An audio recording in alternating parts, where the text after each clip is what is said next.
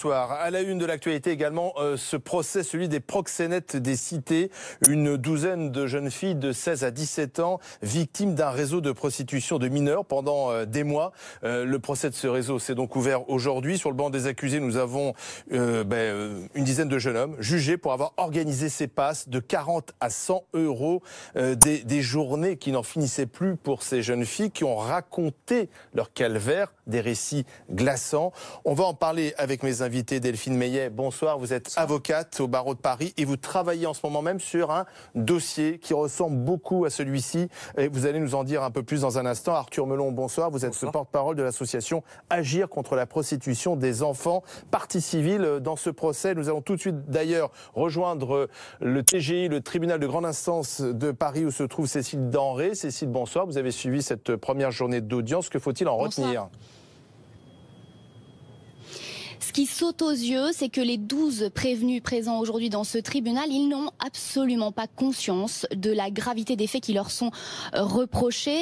Sur le moment, je me suis pas rendu compte que c'était risqué, a d'ailleurs déclaré l'un des prévenus tout à l'heure à la présidente du tribunal. Il a 23 ans, ce prévenu. Pourtant, vous aviez déjà été condamné à 18 mois de prison avec sursis pour les mêmes faits, lui a dit la présidente. Oui, mais bon, comme on m'avait donné une chance, j'espérais peut-être en avoir une deuxième. Vous l'avez compris, ce qui choque aujourd'hui dans ce tribunal, c'est que les 12 prévenus affichent une complète désinvolture. D'ailleurs, parfois, certains ricanent ou s'endorment pendant l'audience. Ils encourent pourtant 10 ans de prison, âgés de 18 à 27 ans au moment des faits qui leur sont reprochés. Entre 2015 et 2016, ils ont attiré des jeunes filles, souvent sur les réseaux sociaux, et puis ils ont posté leurs photos sur des sites d'escorte, et puis ils ont loué des chambres d'hôtel pour ces jeunes filles qui se sont donc prostituées, alors parfois jusqu'à 10 passes par jour, et c'est eux qui empochaient 70% des bénéfices. Les filles mineures, pour la plupart, une vingtaine recensées dans ce dossier, elles tombaient sous leur emprise. Et ces victimes que l'un des prévenus appelle maladroitement mes filles, elles sont terriblement absentes de ce procès. Seules 5 d'entre elles, dont 3 d'ailleurs via leurs parents, se sont portées partie civile, et aucune n'est présente aujourd'hui à l'audience. Pourquoi ? Parce qu'elles ont peur. Voilà ce que nous ont confié des parents qui sont présents assez discrètement d'ailleurs dans cette salle. Elles ont peur d'être confrontées à ces hommes, et elles ont peur que ça continue ou que ça recommence. Leur voix manque, mais elles sont représentées par 3 associations dans ce procès qui va durer 6 jours. Si, Cécile Denré. Donc parmi ces associations, la vôtre, Arthur Melon. En fait, nous avons des jeunes femmes qui sont mineures, en situation souvent fragile, de précarité, et parfois d'ailleurs en fugue de chez leurs parents, et qui se voient, retourner la tête par ces jeunes proxénètes. Oui, exactement. C'est ce qu'on perçoit dans à peu près la totalité des affaires. Ce sont des jeunes filles qui sont vulnérables, qui sont souvent en rupture sociale, en rupture scolaire, parfois en rupture familiale. Et elles vont rencontrer des personnes qui vont bien détecter cette vulnérabilité, cette fragilité. Via des réseaux Internet, c'est sur Internet. Ça peut être sur Internet. Parfois, ce sont simplement des copines de collège, des copines de lycée, des petits copains, ce qu'on appelle les lover boys. Donc ce sont des personnes qui vont bien percevoir qu'il y a une marge de manœuvre, il y a une possibilité de mettre une emprise sur ces personnes et de tirer profit de cette vulnérabilité. On leur promet quoi ? De l'argent facile ?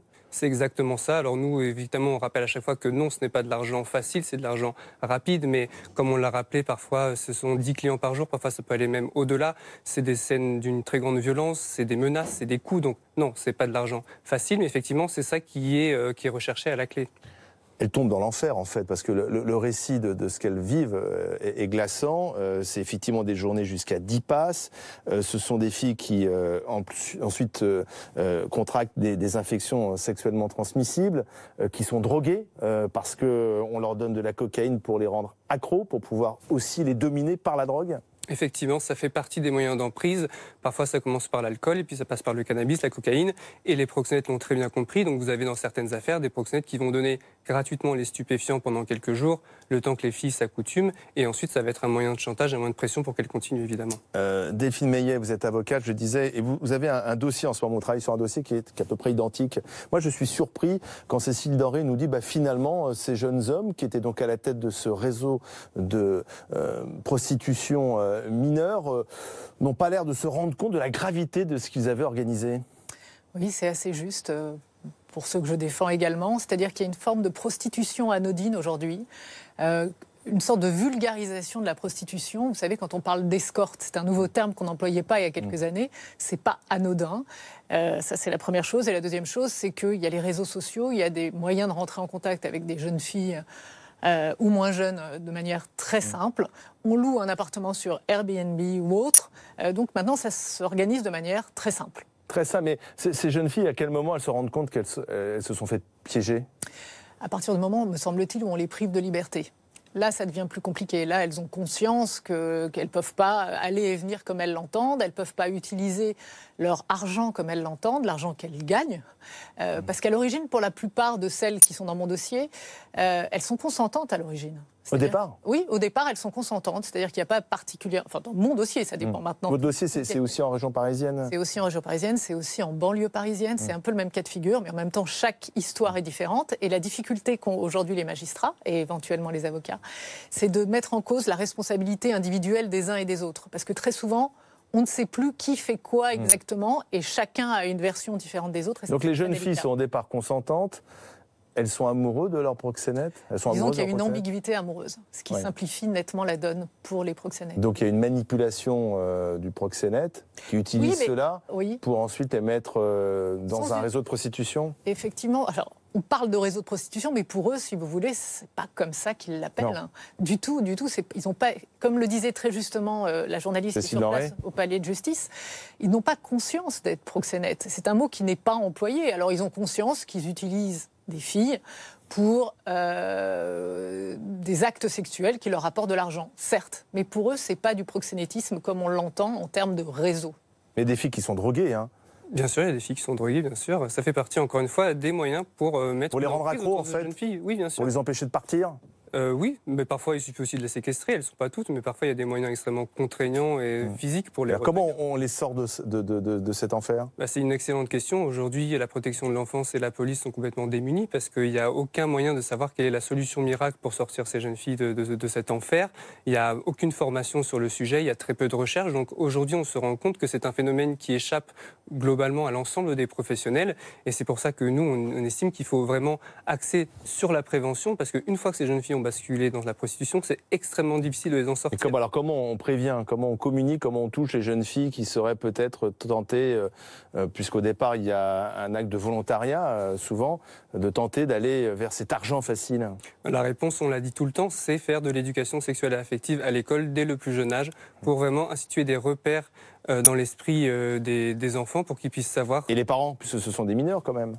Les parents, bien sûr, les parents. Alors les parents, nous, on en reçoit beaucoup à la CPE et je peux vous dire que pour la plupart, ils ont envie d'aider leurs enfants. Ce ne sont pas du tout des parents qui sont dilettants. Et parfois, ils ne le savent pas, peut-être? Parfois, ils ne le savent pas, mais c'est souvent les premiers qui repèrent les signes, qui ont des suspicions, qui alertent les services de protection de l'enfance, qui alertent la police. Parfois, ils ne sont pas toujours vraiment entendus. Et certes, les parents ont un rôle à jouer, mais il faut aussi que la République, l'école, toutes les institutions jouent aussi leur rôle. Et aujourd'hui, on se rend compte que c'est un sujet qu'on n'a pas envie de voir. Alors là, on parle de mineurs, mais en l'occurrence, il n'y a pas que des mineurs, il y a des étudiantes. Je pense à ce bus, il y a eu un bus qui est passé devant toutes les universités parisiennes au mois d'octobre de l'année dernière, avec une immense pancarte invitant à consulter tel site où vous allez rencontrer un sugar daddy, et le thème c'était romantisme, passion et pas de prêt étudiant. Donc si vous voulez, si ça banalise pas la prostitution... Et ce bus a été autorisé à circuler... Alors, il a été autorisé un certain temps, puis ensuite il a été interdit de circulation. Vous, ce qui vous interpelle, c'est la banalisation finalement. Oui. Ça paraît finalement même presque fun d'imaginer qu'une étudiante, pour payer ses études, ça donne à la prostitution. Ça existe, et j'en ai rencontré que j'ai défendu, qui étaient poursuivis pour prostitution justement, enfin des proxénètes. Et il se trouve que pour elles, c'était tout à fait naturel d'avoir recours à la prostitution pour se payer leurs études. Elles n'y voyaient pas du mal. Donc voilà, c'est un vrai phénomène.